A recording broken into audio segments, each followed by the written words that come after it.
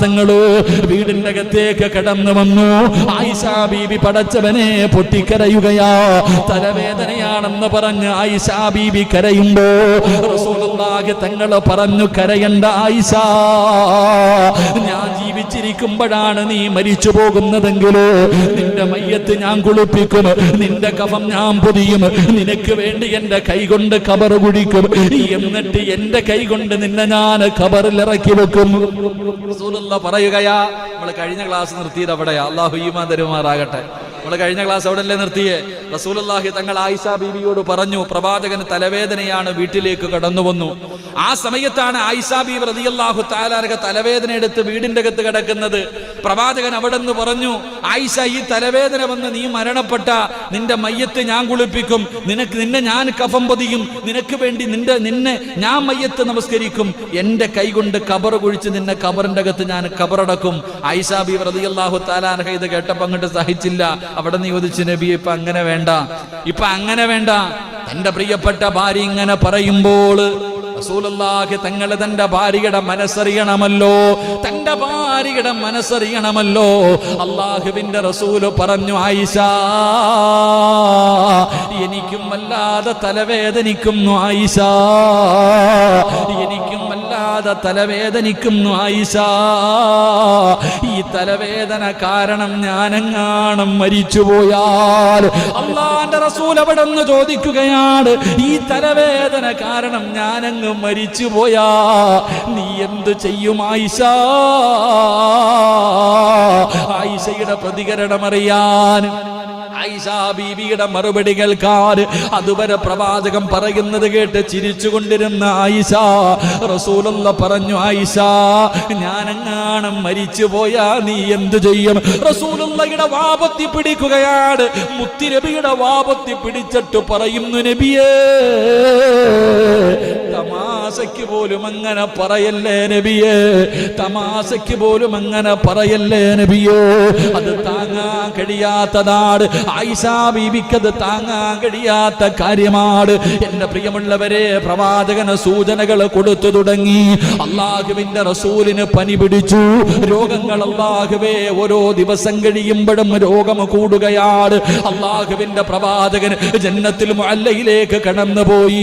കുടുംബക്കാരോട് മുഴുവനും പോയി യാത്ര പറഞ്ഞു. എല്ലാവരോടും സലാം പറഞ്ഞു. അള്ളാഹുവിന്റെ പ്രവാചകന് തിരിച്ചു വന്നു. ജന്നത്തുൽ ബഖീയിലേക്ക് കടന്നുപോയി. എല്ലാവരോടും യാത്ര പറഞ്ഞു. തന്റെ ഭാര്യമാരോട്, തന്റെ മക്കളോട്, മരണപ്പെട്ടവരുടെ ഖബറിന്റെ ചാരത്ത് ചെന്നിരുന്ന് ദുആ ചെയ്തു. ഓരോ ദിവസം കഴിയുമ്പോഴും പ്രവാചകന് രോഗം ഇങ്ങനെ കൂടുകയാണ്. പടച്ച റബ്ബേ, അല്ലാഹുവിന്റെ പ്രവാചകന് രോഗം ഇങ്ങനെ കൂടാൻ തുടങ്ങി. പല സൂചനകളും, മരണത്തിന്റെ സൂചനകൾ അല്ലാഹുവിന്റെ റസൂല് കൊടുക്കാൻ തുടങ്ങി.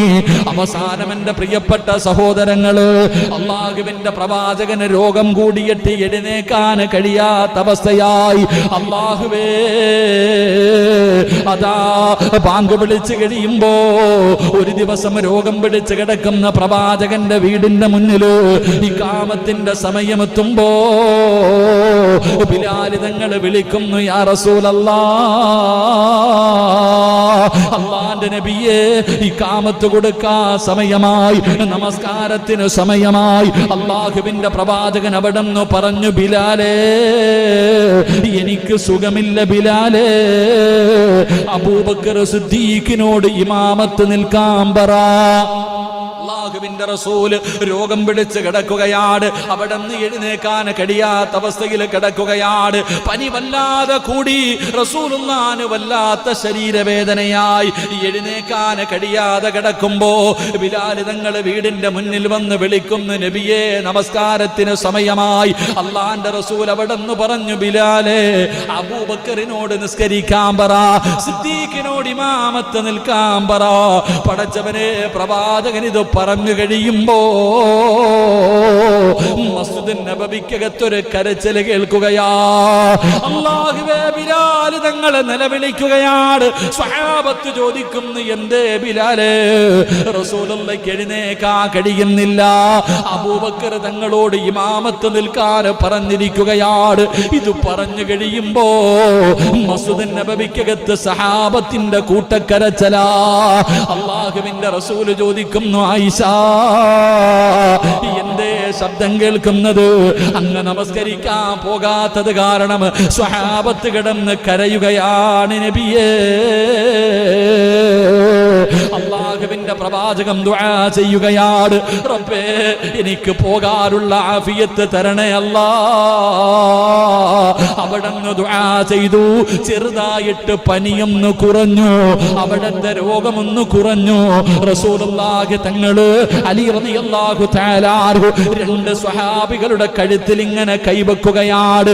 എന്നിട്ട് നടക്കാൻ കഴിയാതെ കാലിങ്ങനെ തറയിലൂടെ വലിച്ചാണ് ഇഴഞ്ഞിഴഞ്ഞാണ് കൊണ്ടുപോയത്. റസൂലുള്ളാഹി തങ്ങള് മസ്ജിദ് നബവിയുടെ മിഹ്റാബിന്റെ പടിയിലിരുന്നു. പ്രവാചകന് മുകളിലേക്ക് കയറാൻ കഴിഞ്ഞില്ല.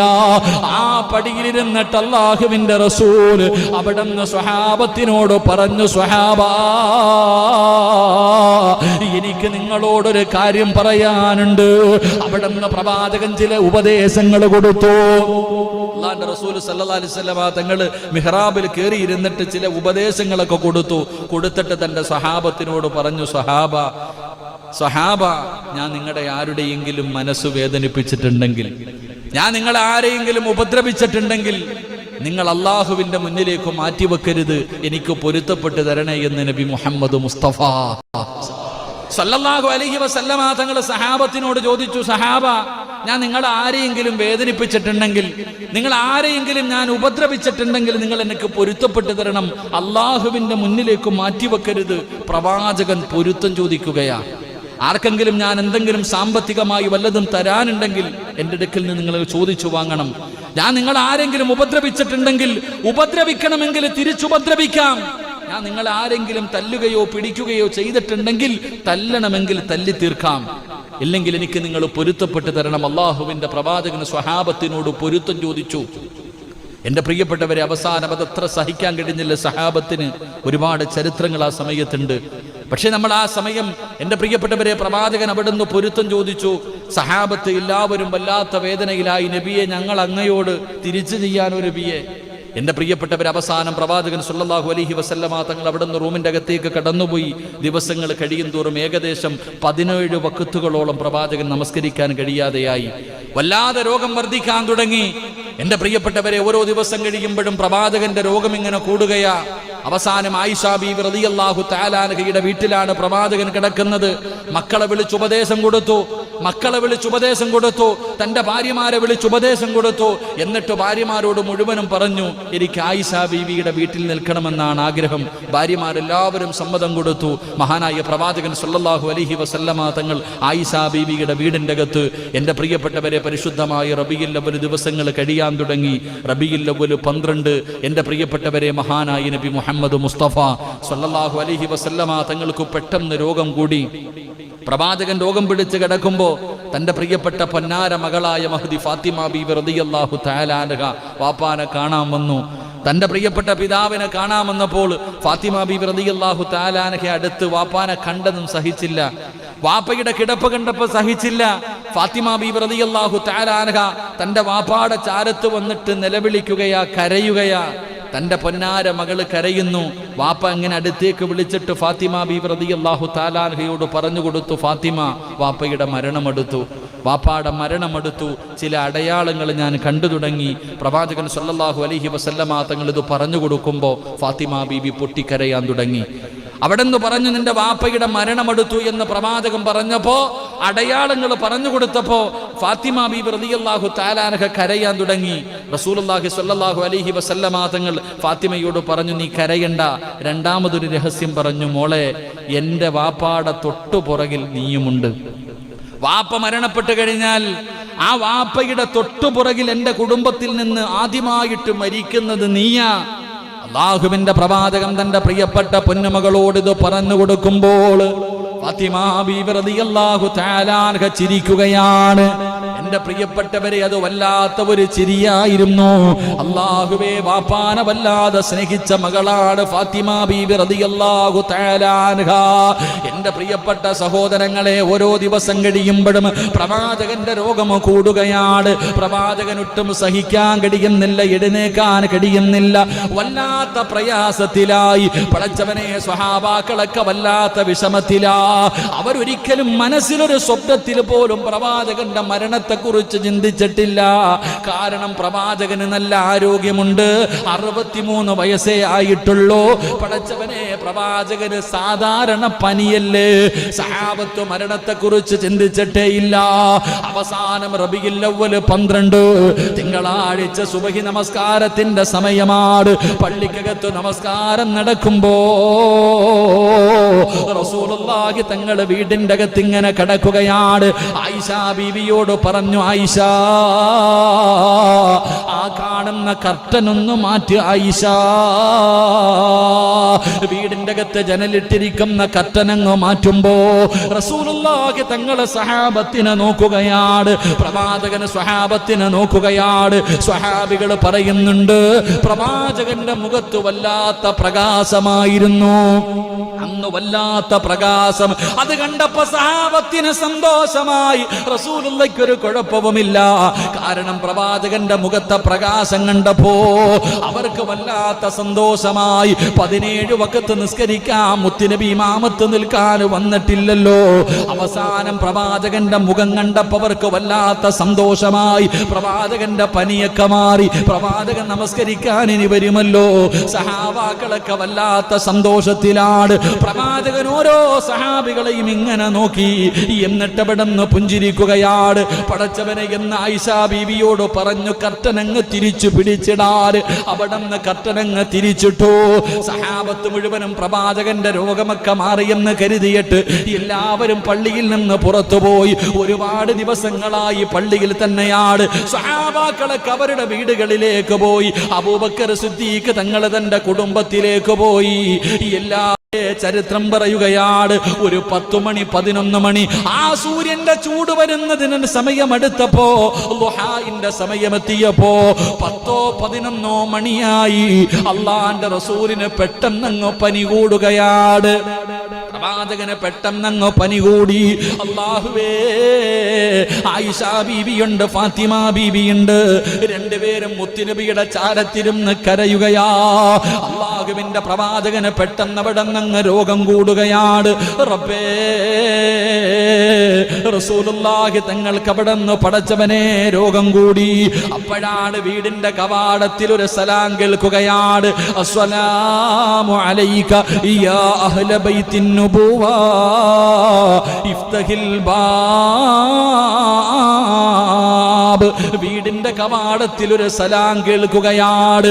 പടച്ചവനെ, ഫാത്തിമ ബീബി റളിയല്ലാഹു തആല അൻഹ അവിടെ എഴുന്നേറ്റു പറയുകയാ, ആരായാലും തിരിച്ചു പോകുക.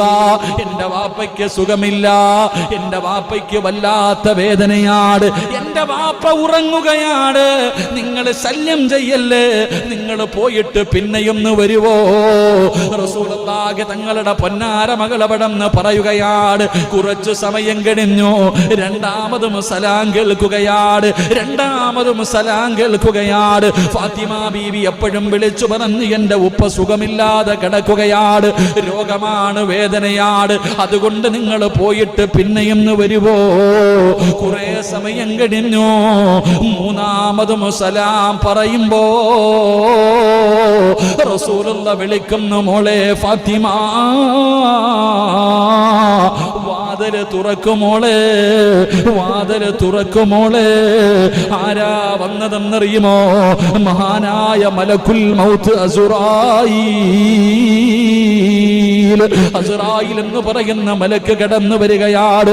അസ്സലാമു അലൈക യാ റസൂലല്ലാഹ്. മുത്തുനബിയുടെ ചാരത്ത് വന്ന് സലാം പറയുകയാണ്. മുത്തുനബി ചോദിക്കുന്നു, അസ്റായീലേ, എന്തിനാ വന്നത്? എന്തിനാ വന്നത്? എന്റെ രോഗസന്ദർശനം നടത്താൻ വന്നതാണോ? എന്നെ കാണാമെന്നതാണോ? അസ്രായിൽ പറയുന്നു, യാ റസൂലല്ലാഹ്, അല്ലാഹു പറഞ്ഞു വിട്ടതാണ്, അല്ലാഹു പറഞ്ഞു വിട്ടതാണ്. ഒന്നുകിൽ പടച്ചവരെ അവിടുത്തെ റൂഹ് പിടിക്കാൻ എന്നെ പറഞ്ഞു വിട്ടതാണ്. അങ്ങ് അനുവാദം തന്നാൽ അങ്ങയുടെ റൂഹ് പിടിക്കാൻ, ഇല്ലെങ്കിൽ അങ്ങയെ കണ്ടിട്ട് തിരിച്ചു പോകാൻ അല്ലാഹു പറഞ്ഞിരിക്കുകയാ. എന്റെ പ്രിയപ്പെട്ട സഹോദരങ്ങള്, അല്ലാഹുവിന്റെ പ്രവാചകൻ സല്ലല്ലാഹു അലൈഹി വസല്ലമ തങ്ങൾ അവിടെ അനുവാദം കൊടുക്കുകയാണ്. ജിബ്രീലിനെ ഒന്ന് കാണണമെന്ന് തോന്നി, ജിബ്രീലിനെ ഒന്ന് കാണണമെന്ന് തോന്നി. അതാ വരുന്ന മുഖറബുൽ അംലാഖ് മലക്ക് ജിബ്രീൽ അലൈഹിസ്സലാം അവിടെ നിന്ന് കടന്നു വന്നപ്പോ അല്ലാഹുവിന്റെ റസൂല് ചോദിച്ചു, ജിബ്രീലേ, എന്തേ എന്നെ കാണാൻ വരാത്തത്? യാ റസൂലല്ലാഹ്, അങ്ങയുടെ ഈ കിടത്തം കാണാനുള്ള കഴിവില്ലാത്തത് കൊണ്ടാ. എന്റെ പ്രിയമുള്ളവരെ, അവസാനം അല്ലാഹുവിന്റെ പ്രവാചകൻ അവിടെ നിന്ന് അനുവാദം കൊടുത്തു. അസ്രായിൽ എന്ന് പറയുന്ന മലക്കുണ്ടല്ലോ, റസൂലുള്ളാഹി തങ്ങളുടെ കാലിൽ നിന്ന് റൂഹ് പിടിക്കാൻ തുടങ്ങുകയാണ്. അവിടെ നിന്ന് റൂഹ് പിടിക്കാൻ തുടങ്ങുകയാണ്. പ്രവാചകന് കിടന്ന് പിടയുകയാ, അല്ലാഹുവിന്റെ റസൂല് കിടന്ന് പിടയുകയാണ്. പടച്ചവരെ, മുത്തുനബി അവിടെ നിന്ന് ചോദിക്കുന്നു, അസ്രായീൽ ഒന്ന് പതുക്കെ പിടിക്കുവോ? അസ്രായീൽ വല്ലാതെ വേദനിക്കുന്നു. അസ്രായീൽ ഇത് പറയുന്നത് ആരെന്നറിയോ? ഈ ലോകം തന്നെ സൃഷ്ടിക്കാ കാരണക്കാരനായ ആദരവായ പ്രവാചകൻ നബി മുഹമ്മദ് മുസ്തഫ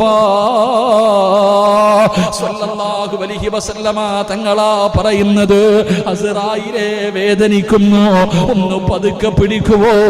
മലക്കുൽ മൗത്ത് കരയുന്നു, നബിയേ, ഇതിനെക്കാളും മയമായി റൂഹ് പിടിക്കാൻ, ഇതിനെക്കാളും മയമായി റൂഹ് പിടിക്കാൻ എനിക്കറിയില്ല നബിയേ. പടച്ചവരെ, റൂഹ് പിടിക്കുകയാണ്. റസൂലുള്ള എഴുന്നേക്കുന്നുണ്ട്, തിരിഞ്ഞും മറിഞ്ഞും കിടക്കുന്നുണ്ട്. പ്രവാചകനതാ കടന്നു വല്ലാത്ത പ്രയാസത്തിലാ. പാത്രത്തിന്റെ അകത്ത് കൈയിട്ടിട്ട് വെള്ളം കോരിയിട്ട് പ്രവാചകൻ മുഖത്തെ കൊഴിക്കുകയാണ്. എന്നിട്ട് അല്ലാഹുവിന്റെ റസൂൽ അവിടെ നിന്ന് പറയുന്നുണ്ട്, ആയിഷ, ഇന്നലിൽ മൗതി ലസക്കറാ, മരണത്തിന് വല്ലാത്ത വേദനയാ, മരണത്തിന് വല്ലാത്ത വേദനയാ. അല്ലാഹുവിന്റെ പ്രവാചകൻ അവിടെ നിന്ന് മരണവേദനയെ കുറിച്ച് പറഞ്ഞു കൊടുക്കുകയാ. ഞാനും നിങ്ങളും ചിന്തിക്കുന്നുണ്ടോ, ഒരു ദിവസം ഞാനും നിങ്ങളും മരിക്കേണ്ടവരാണെന്നുള്ള ഓർമ്മയുണ്ടോ? ഈ ദുനിയാവിന്റെ തൊലിക്ക് മുകളിലൂടെ ഞാനും നിങ്ങളും എന്തൊക്കെ പേക്കൂത്തുകൾ കാണിച്ചുകൊണ്ട് നടക്കുന്നവരാണ്. നമസ്കരിക്കാൻ സമയത്തിന് വിളിച്ചാ പോകില്ലല്ലോ, നമസ്കരിക്കാറില്ല, നല്ല കാര്യങ്ങൾ ചെയ്യാറില്ല. തോന്നുന്നത് പോലെ പടച്ചവനെ ഞാനാണ് വലുതെന്ന് പറഞ്ഞിട്ട് അഹങ്കരിച്ചുകൊണ്ട് നടക്കുന്ന മുസ്ലിമേ, ഒരു ദിവസം മരണം തേടി വരുമല്ലോ. ഒരു ദിവസം എന്തായാലും എന്നെ തേടി അസ്രായിൽ വരുമല്ലോ. എന്ത് ചെയ്യും സഹോദരാ? എന്തേ അതിനെക്കുറിച്ച് ചിന്തിക്കാത്തത്? കുല്ലു നഫ്സിന് ദായിഖത്തുൽ മൗത്ത്, മരണത്തിന് വേദനയുണ്ടെന്ന് പറഞ്ഞത് അല്ലാഹുവാ. അല്ലാഹുവാണ് പറഞ്ഞത് മരണത്തിന് വേദനയുണ്ടെന്ന്. ഈ ലോകം തന്നെ സൃഷ്ടിക്കാൻ കാരണക്കാരനായ സ്വർഗം തുറക്കുന്ന മുത്തുനബിയാ കരയുന്നത്, വെള്ളം കോരി മുഖത്തൊഴിക്കുന്നത്. എന്തിന്റെ പേരില്? മരണവേദന സഹിക്കാൻ കഴിയാതെ, മരണവേദന സഹിക്കാൻ കഴിയാതെ അല്ലാഹുവിന്റെ പ്രവാചകൻ സല്ലല്ലാഹു അലൈഹി വസല്ലമ തങ്ങൾ കിടന്ന് പിടയുകയാണ്. ആയിഷാ ബീവിയുടെ മടിയിൽ കിടന്ന് റസൂലുള്ളാഹി തങ്ങൾ തന്റെ ഭാര്യയുടെ മടിയിലാ കിടന്നത്. എന്തൊരു ഭാഗ്യമെന്നറിയോ, എന്തൊരു ഭാഗ്യമെന്നറിയോ? ആയിഷാ ബീവിക്ക് അല്ലാഹു കൊടുത്ത ഏറ്റവും വലിയ ഒരു സ്ഥാനമല്ലേ മുത്തുനബി. ആയിഷാ ബീവിയുടെ മടിത്തട്ടിൽ കിടക്കുകയാണ്. ആയിഷാ ബീവി തലയെടുത്ത് മടിയിൽ വെച്ചോ, വെള്ളം തുണിയിൽ മുക്കിയിട്ട് മുത്തുനബിയുടെ മുഖം തുടയ്ക്കുകയാണ്. ഫാത്തിമ ബീവി എടുത്തിരുന്ന് ഉപ്പാന്റെ ശരീരം തടകുകയാ. പടച്ച റബ്ബേ, അവസാനം റസൂലുള്ള എഴുന്നേറ്റു. പ്രവാചകന് മിസ്വാക്ക് ചെയ്യണമെന്ന് ആഗ്രഹമുണ്ടായി. ആയിഷാ ബീവി റളിയല്ലാഹു തആല അൻഹ മിസ്വാക്ക് എടുത്തിട്ട് പ്രവാചകന്റെ കയ്യിൽ വെച്ച് കൊടുക്കുമ്പോ മുത്തുനബിയുടെ കൈ അനങ്ങുന്നില്ല. റസൂലുള്ളാഹി റസൂലുള്ളാഹി തങ്ങളുടെ കൈ ചലിക്കുന്നില്ല. റസൂലുള്ളാഹിയോട് ആയിഷ ബീവി ചോദിച്ചു, നബിയേ ഞാൻ തേച്ചു തരട്ടെ നബിയേ, അങ്ങയുടെ പല്ല് ഞാൻ പേച്ചു തരട്ടെ? സ്വന്തം വായിക്കകത്ത് വെച്ച് ചവച്ചരച്ചിട്ട് അള്ളാഹുവിന്റെ റസൂൽ ആയിഷ ബീവിയുടെ കഴുത്തിന്റെ താഴെ ആ നെഞ്ചത്തിങ്ങനെ ചാരിയിരിക്കുമ്പോ കുഞ്ഞുങ്ങളുടെ പല്ല് തേച്ചു കൊടുക്കുന്നത് പോലെ ആയിഷ ബീവി റളിയല്ലാഹു തആല അൻഹാ അല്ലാഹുവിന്റെ പ്രവാചകന്റെ പല്ല് തേച്ചു കൊടുക്കുകയാ, മുത്തുനബിയുടെ പല്ല് തേച്ചു കൊടുക്കുകയാ. റബ്ബേ, അവസാനം അല്ലാഹുവിന്റെ പ്രവാചകൻ സ്വല്ലല്ലാഹു അലൈഹി വസല്ലമ തങ്ങൾ ആയിഷ ബീവിയുടെ നെഞ്ചത്തിങ്ങനെ ചാരിക്കിടക്കുമ്പോ മലക്കുൽ മൗത്ത് അസ്റായീൽ അലൈഹിസ്സലാം അവിടുത്തെ റൂഹുമായിട്ടങ്ങ് പറന്നു പോവുകയാ. അല്ലാഹുവേ, ആ വിളക്കണഞ്ഞു പോയല്ലോ, ആ വിളക്കണഞ്ഞു പോയല്ലോ. ആണുങ്ങൾ ആരുമില്ല, ആയിഷ ബീവിയും ഫാത്തിമ ബീവിയും മാത്രമാണ് വീടിന്റെ അകത്തുള്ളത്. റബ്ബേ, അല്ലാഹുവിന്റെ പ്രവാചകൻ ഈ ലോകത്തോട് യാത്ര പറഞ്ഞു. ആയിഷ ബീവി പറയുന്നുണ്ട്, ആരാ മയ്യത്തെടുത്ത് കിടത്തിയതെന്ന് ഞങ്ങൾക്കറിയില്ല. അല്ലാഹുവിന്റെ പ്രവാചകന് സ്വല്ലല്ലാഹു അലൈഹി വസല്ലമ തങ്ങൾ ആയിഷ ബീവിയുടെ നെഞ്ചത്തിങ്ങനെ വഫാത്തായി കിടക്കുമ്പോ ആരാണ് മയ്യത്തെടുത്ത് കിടത്തിയതെന്നറിയില്ല.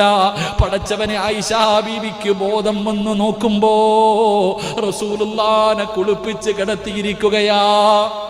റസൂലുള്ളാഹി തങ്ങളെ കുളിപ്പിച്ച് കിടത്തിയിരിക്കുകയാ.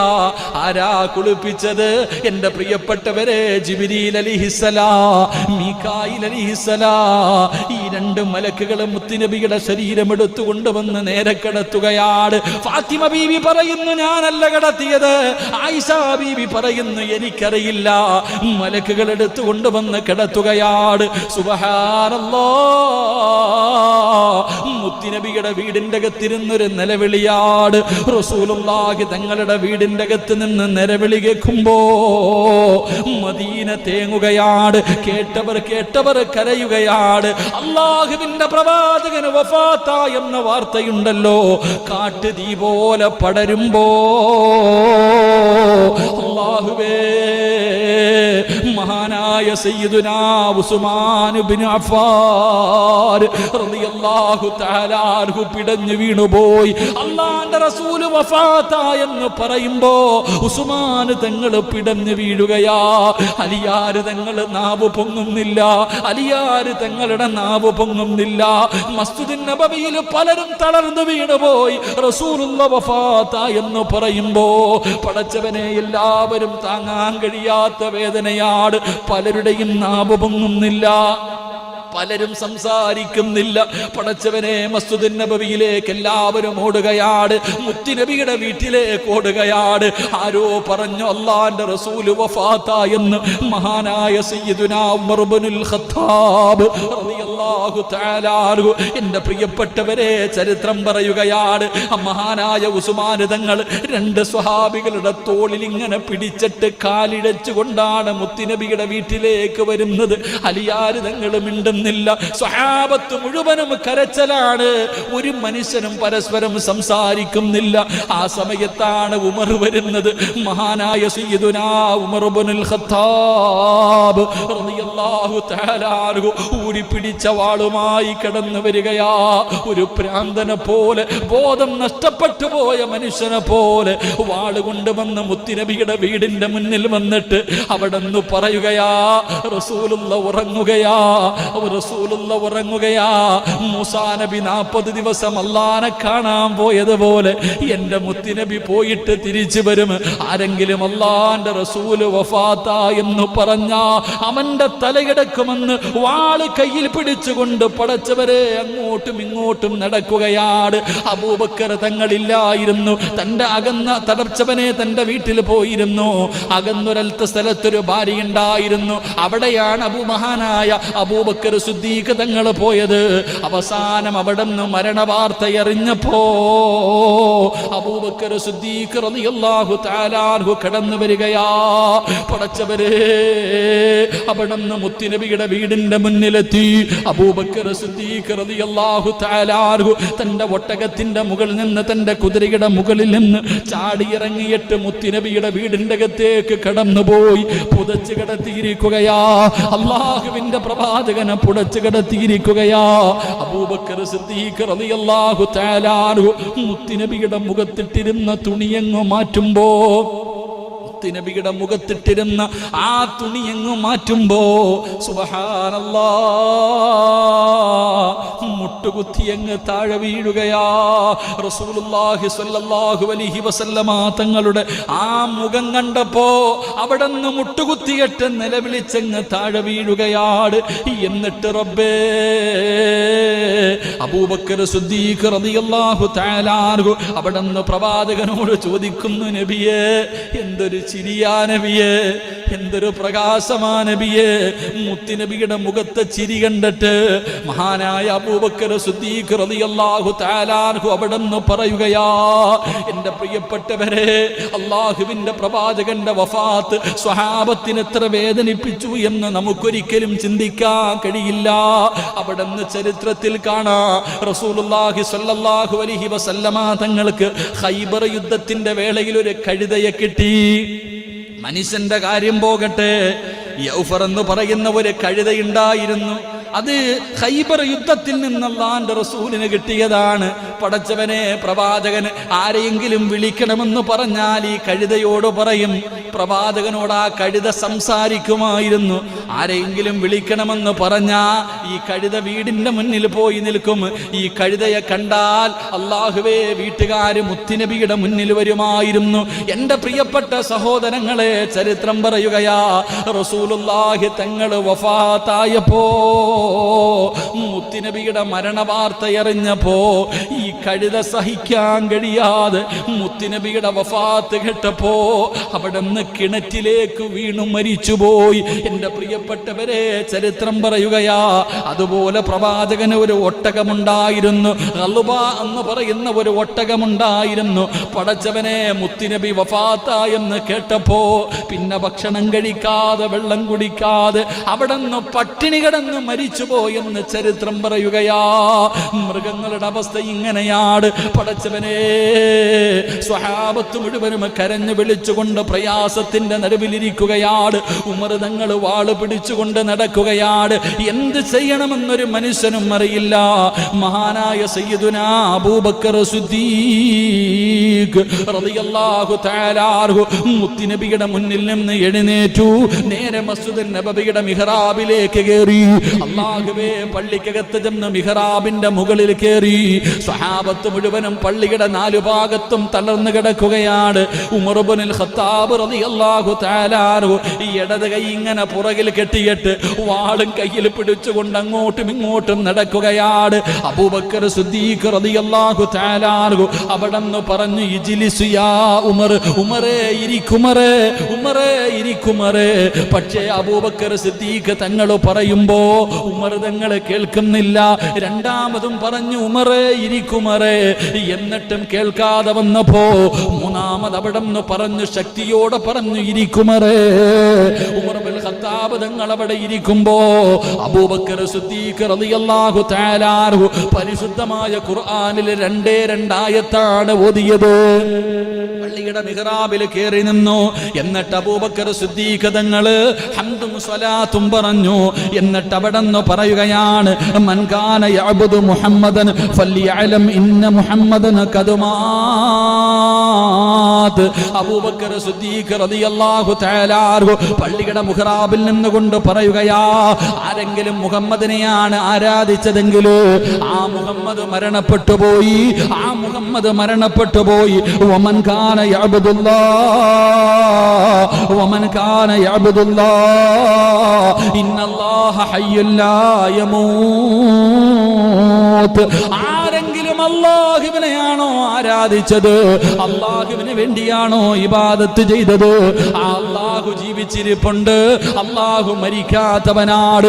അബൂബക്കർ സിദ്ദീഖ് റളിയല്ലാഹു തആല അൻഹു ഇത് പറഞ്ഞിട്ട് പള്ളിയുടെ മിഹ്റാബിൽ നിന്നുകൊണ്ട് പരിശുദ്ധമായ ഖുർആനിലെ സൂറത്തുൽ ആൽ ഇംറാൻ അതിലെ ഒരായത്തങ്ങ് ഓതുകയാണ്. വമാ മുഹമ്മദുൻ ഇല്ലാ റസൂൽ ഖദ് ഖലത് മിൻ ഖബ്ലിഹി റുസുൽ അഫ ഇമ്മാ തഅ ഖുതിലന ഖലബതും അലാ അഖാബികും. മഹാനായ അബൂബക്കർ സിദ്ദീഖ് റളിയല്ലാഹു തആല അൻഹു ഈ ആയത്തങ്ങ് ഓതിയിട്ട് അവിടെ നിന്ന് മുത്തുനബി വഫാത്തായെന്ന് പറയുമ്പോ മഹാനായ സയ്യിദുനാ അബൂബക്കർ സിദ്ദീഖ് റളിയല്ലാഹു തആല അൻഹു ഇത് പറഞ്ഞു കൊടുക്കുമ്പോ ഉമർ ഇബ്നുൽ ഖത്താബ് തങ്ങൾ കയ്യിൽ പിടിച്ചിട്ട് ചോദിക്കുന്ന അബൂബക്കറെ റസൂലുള്ളാഹി വഫാത്തായോ, റസൂലുള്ള മരണപ്പെട്ടു പോയോ? അവർക്ക് താങ്ങാൻ കഴിയുന്നതിലപ്പുറമായിരുന്നു. പടച്ചവനെ ചരിത്രം പറയുകയാണ്, പടച്ചവനെ കയ്യിൽ കത്തിയും പിടിച്ചുകൊണ്ടിരുന്ന ഒരു മനുഷ്യനോടാണ് മുത്തുനബി വഫാത്ത എന്ന് പറഞ്ഞപ്പോ രണ്ട് കണ്ണുമങ്ങ് ചൂടുന്നെടുത്തു. ആരോ ഒരാള് പറഞ്ഞു അള്ളാന്റെ റസൂല് വഫാത്ത എന്ന്. ഈ മനുഷ്യൻ ചോദിച്ച് സത്യമാണോ? രണ്ടാമതും ചോദിച്ചു മുത്തുനബി വഫാത്തായോ? അവിടെ പറഞ്ഞു റസൂലുള്ളാഹി തങ്ങള് വഫാത്തായി. തന്റെ കയ്യിലിരുന്ന കത്തി കൊണ്ട് കണ്ണങ്ങ് ചൂഴുകയാണ്.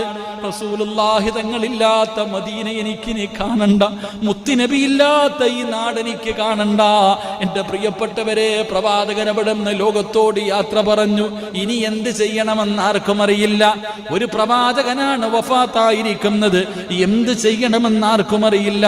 ഇസ്ലാമിന് നേതാവില്ലാതെയായി. പടച്ചവനെ, അങ്ങനെ പ്രവാചകന്റെ ജനാസ 3 ദിവസം അതുപോലെ തന്നെ ഇരിക്കുകയാ. ചരിത്രം പറയുന്നു. അള്ളാഹു നമുക്ക് ഈമാൻ നൽകി അനുഗ്രഹിക്കുമാറാകട്ടെ.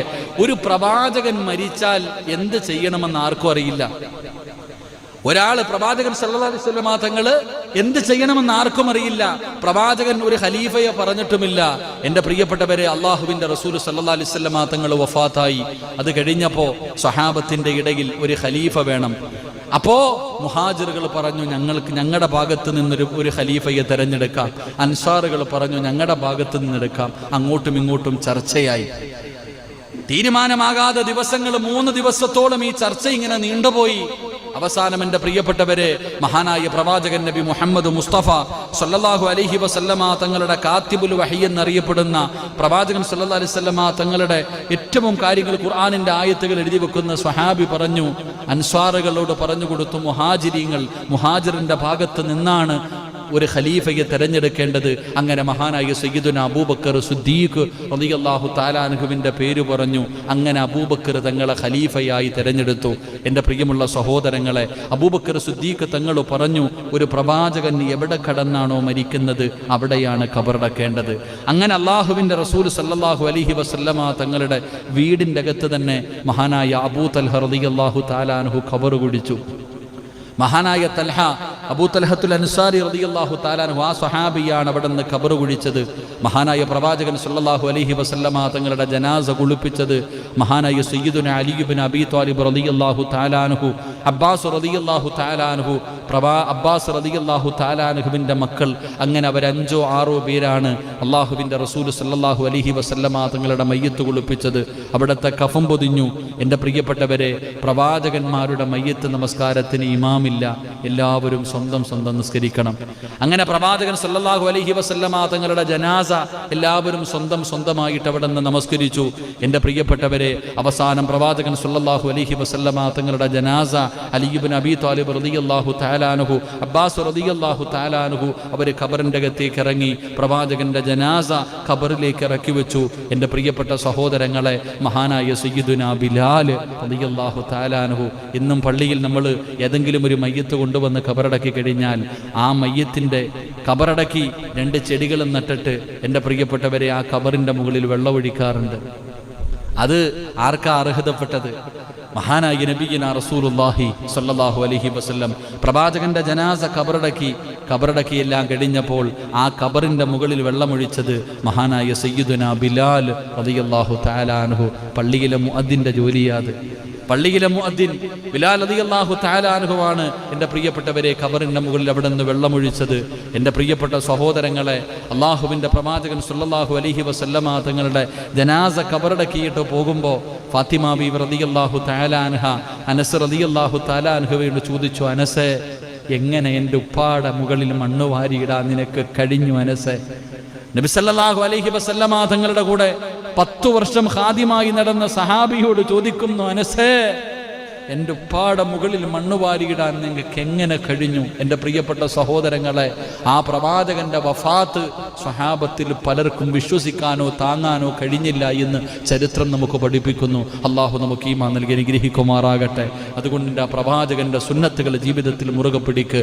ആ പ്രവാചകനോട് ഒരു മനുഷ്യന് യഥാർത്ഥ മഹബത്തുണ്ടെങ്കിൽ അവന് 4 നല്ല ഗുണങ്ങളുണ്ടാകും. അള്ളാഹു ആ ഗുണങ്ങൾ ജീവിതത്തിൽ പ്രാവർത്തികമാക്കാൻ അള്ളാഹു നമുക്ക് തൗഫീക്ക് നൽകി അനുഗ്രഹിക്കുമാറാകട്ടെ.